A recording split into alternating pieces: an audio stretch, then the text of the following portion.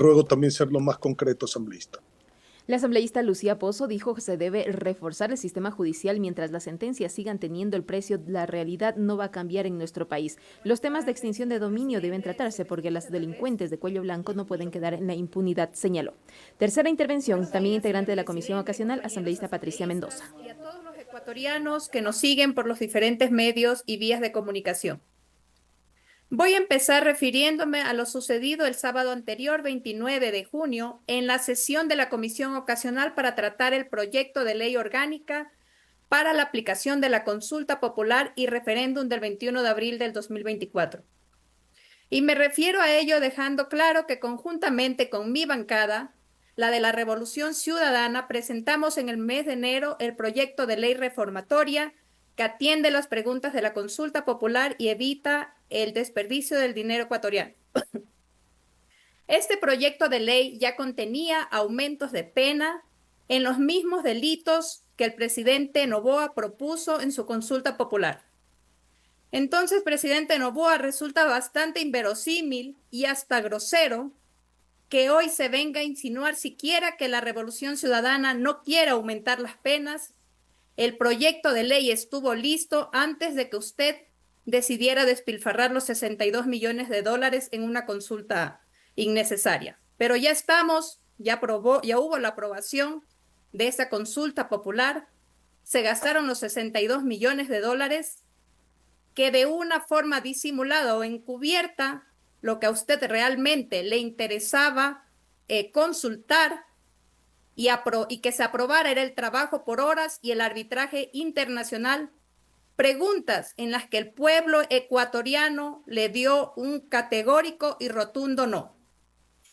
Ya entrando en materia en la comisión, mi voto fue en abstención por el respeto a la Constitución, a las leyes y el respeto a mis mandantes. Conjuntamente con mis compañeros comisionados, hemos trabajado en un proyecto de ley para primer y segundo informe, que debo reconocer fue bastante democrático, bastante técnico y responsable además. Dicho proyecto fue enviado con la convocatoria para la sesión del día sábado anterior. Dicho proyecto fue leído por casi 3 horas por parte del secretario de la comisión, pero con mucha sorpresa debo precisar que se votó por un texto que nadie, ni siquiera los que votaron a favor, tenían la certeza. ¿Y saben por qué? Porque jamás fue leído el contenido en detalle de la moción con las reformas que se plantearon distintas a las que se advierten en el informe que nos fue puesto en conocimiento en nuestros correos electrónicos. Los asambleístas de esta comisión ocasional lo saben y están conscientes de lo que hicieron. Razones, ellos sabrán explicarlas, pero para las coincidencias en Pascuales, todo se dio después que rodó en redes sociales el boletín que posteó en ese momento el presidente Noboa. Así no deben hacerse las cosas. Ustedes eran mayoría en la comisión, al menos se debió leer el informe por el que votaron, al menos por delicadeza y respeto a los ecuatorianos. Y sí, me abstuve porque el informe que se envió y que se leyó no fue el que se emocionó y que posteriormente se votó. Por escrito y verbalmente he sido bastante clara en la comisión que mi bancada y quien habla estamos dispuestos a cumplir el mandato del pueblo en las urnas, en incrementar las penas, siempre que respetemos el principio fundamental de la proporcionalidad, siempre que apliquemos las técnicas de dosimetría penal y siempre que cumplamos con los límites que estableció la Corte Constitucional en su dictamen. La verdad, compañeros, que resulta bastante incoherente, por decirlo menos, que en la comisión recibimos, tanto en el tratamiento para primer y para segundo debate, por alrededor de 40 invitados, entre ellos las principales autoridades de la Fiscalía General del Estado, del Consejo de la Judicatura, de la Defensoría Pública, de la Defensoría del Pueblo, catedráticos y autoridades de varias universidades, abogados en libre ejercicio y expertos criminólogos. Y por si fuera poco, estuvimos la Comisión General de la propia Corte Constitucional, quienes nos dieron lecciones de dosimetría penal y del principio de proporcionalidad de las penas. Y todos los comisionados constataron esto. Y hoy me resulta sorprendente que no se consideren estos aportes, que no se consideren las observaciones hechas al respecto, y que lo que se pretenda aprobar en este pleno y entregarle al país sea una copia-pega de las penas que envió el Ejecutivo en sus proyectos de ley, y que a criterio de todos los invitados se trataría de puro populismo. Señor presidente, solicito que por secretaría, por favor, se permita la visualización de 2 videos. Proceda, señor secretario. Autorizado, presidente.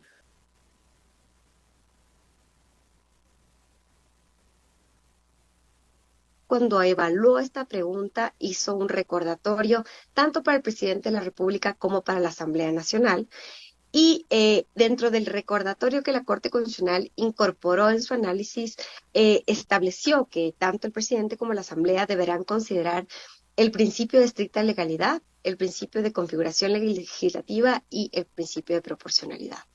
Más adelante, en sus párrafos 92 y 93 del dictamen, la Corte Constitucional fue muy específica en qué significa que la consulta, cuando se materialice en una reforma normativa, debe involucrar o deba tomar en cuenta los principios de estricta legalidad, de configuración legislativa y de proporcionalidad. Significa. Y en ese sentido, los párrafos 92 y 93 hacen consideraciones para dejar claro que la Asamblea Nacional debe tener mucha cautela a la hora de incorporar estas reformas, pues esto exige una cuidadosa tipificación de las conductas y una medición muy razonable de las consecuencias que éstas podrían generar, lo cual debe reflejarse en una graduación adecuada entre la relación punitiva y los bienes que se encuentran en juego. Es decir, la Corte hizo mucho hincapié en la necesidad de la proporcionalidad con la que se deben tipificar el aumento de las penas que aprobó, por supuesto, el pueblo en las urnas. Así, la Corte Constitucional afirmó que puntualmente la Asamblea debería asegurar la existencia de un debate amplio con un alto grado de representación democrática a la hora de aprobar estos aumentos de penas, y estableció que el rol de la Asamblea era que la Asamblea no podía olvidar que dentro de su rol se encontraba el hecho de que tenga que intervenir como un garante de los derechos en este proyecto que involucra el aumento de penalidades. Y aquí yo quiero hacer un pequeño hincapié, porque muchas veces nosotros tenemos esta idea de que, bueno, la Asamblea Nacional lo que va a hacer ahora es deliberar sobre el aumento de las penas, y esa es la función que tiene que cumplir la Asamblea Nacional, y ahí se agota su función. Y en realidad la Corte Constitucional, cuando hizo el análisis de estas preguntas y aprobó la constitucionalidad de estas, y estas lograron arribar a un plebiscito que fue aprobado por el pueblo ecuatoriano, dejó sentado en su dictamen que la Asamblea Nacional cumple un rol muy importante, no solamente porque es el agente exclusivo en el que se puede crear esta deliberación que dé lugar al aumento de penas, sino que en ese contexto de la deliberación, la Asamblea Nacional tiene un rol preponderante a la hora de proteger los derechos que se encuentran en juego cuando se debate el aumento de las penas, que es el deber de la Asamblea, la protección del contenido esencial de los derechos que se encuentran en juego dentro de esta reforma normativa. La Corte Constitucional, de igual manera, hizo hincapié en la necesidad de que la reforma, especialmente esta reforma que tiene que ver con el aumento de penas, no olvide que en nuestra Constitución de la República ya existe una orientación de la política penal, y esa orientación de la política penal está anclada en la rehabilitación de los sujetos y sobre todo al permitir y al velar por la dignidad de las personas que se encuentran en juego dentro de un proceso penal o que han sido condenadas dentro del contexto de un proceso penal. Estas son las consideraciones.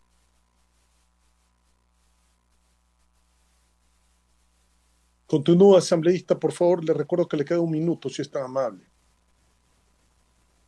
si bien la Fiscalía General del Estado es respetuosa del mandato soberano, recomienda que el aumento de penas observe estándares proporcionales con el fin de evitar que el mandato del comportamiento que mandan las normas jurídicas no se desdibuje. Y respecto, el profesor Luzón Peña, profesor de Derecho Penal de la Universidad de Alcalá en España, es muy didáctico al explicar las consecuencias de la inobservancia de la proporcionalidad de las penas, al establecer que, abro comillas, si un hecho es poco grave, no se puede castigar igual que otro más grave, porque así lo requiere la eficacia e idoneidad preventiva general de las penas, finalidad que se encuentra contenida en el Código Orgánico Integral Penal, ya que si se castigaran igual los hechos poco graves que los graves, no habría mayor intimidación e inhibición para cometer delitos graves, cuya frecuencia podría aumentar.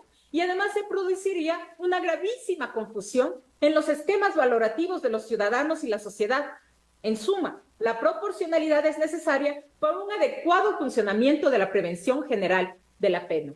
Lo mencionado incluso responde directamente al principio de igualdad, que exige tratar por igual lo igual, pero desigualmente lo desigual.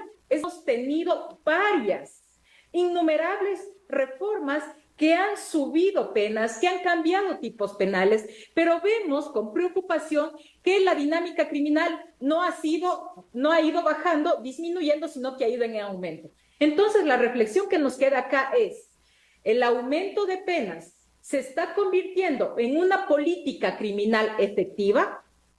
Eso queda para el análisis. Creo que la respuesta es más que clara, porque pese al aumento de las penas, el índice de criminalidad no ha bajado. Entonces vemos que se debe a otros factores que debería implementarse como política de Estado a nivel general y que tiene que ver con otros factores, no necesariamente con el aumento o el incremento de penas. Asambleísta, le ruego cerrar su intervención porque se ha pasado ya por 3 minutos, por favor.